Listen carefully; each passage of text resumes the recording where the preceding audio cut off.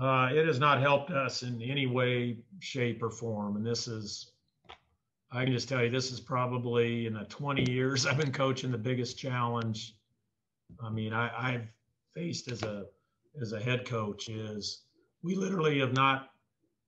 Today will be the first time we've all been back together on the practice floor since the day before the Baylor game. So this is even to use the term monumental challenge would be doing a disservice. There's a conditioning factor. We're trying to get up to speed. There's a timing and rhythm and execution issues that,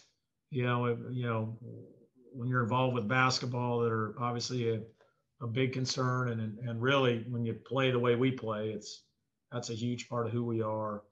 And then there's the factor of just game plan and for obviously arguably the best offense in college basketball and probably the best player in college basketball. So there's a lot going into this, and we're on a short clock.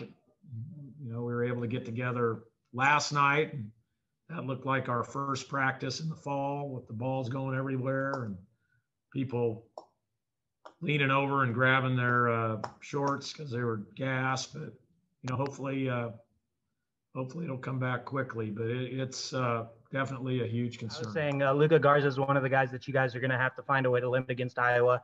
Obviously, he's the nation's leading scorer. How do you limit a guy like that?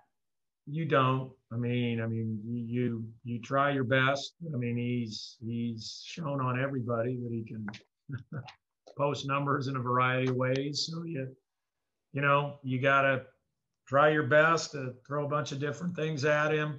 All the while, they have a potent three-point attack that's just as dangerous as he is. So it's a fine line, and in the 2 days we're together, we're going to try to figure out a way if we can kind of get the best mix of both. But that's what makes them so special is ability to shoot from three and spread it out. Have the best scorer in college basketball down on the block, but he's not just a block guy. He's shooting the ball from three better than anybody we got. So, yeah, huge challenge. Along those lines, the challenge for Drew in this game, I mean, he always sort of gets lost in the shuffle. I feel like sometimes when people talk about your team, and I know he sort of gets up for this sort of opportunity to prove himself. How do you temper him, making sure he doesn't try to do too much to prove himself too much against Garza? I don't think I need to worry about that. I mean, I think the biggest challenge for Drew right now is just he's been a guy who's had to sit out for almost 13 days. So getting his conditioning and timing up to speed, and then just hopefully staying out of foul trouble, going against a guy like Garza. Drew just kind of finds his baskets and finds his opportunities a lot, and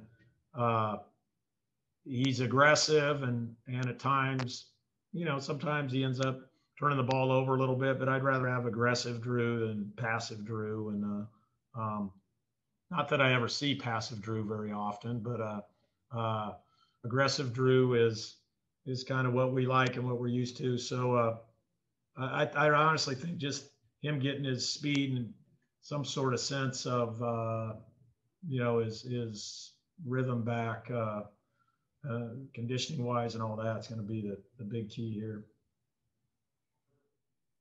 It's again, something I think that they want to do and we want to do. And we're going to give it a good run. I wish we had 10 days together or 20 days together. It feels a little bit like, the first day of fall practice.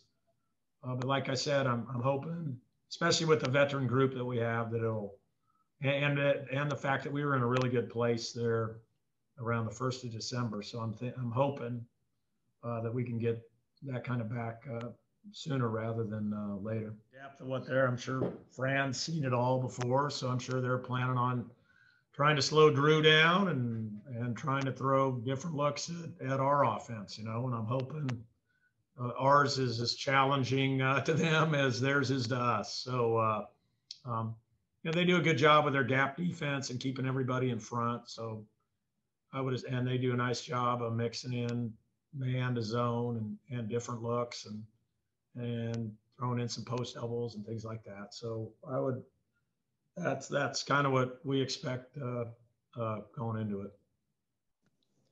So, Coach, you talked about Luka Garza. Obviously, he's almost impossible to contain for any college program. But Iowa hosts, a bunch of other guys who are super talented, like Joseph Weifkamp and Jack Nunge. So, can you tell me a little bit about kind of maybe the threats you think they'll kind of pose in the game and what you're looking to do with those guys?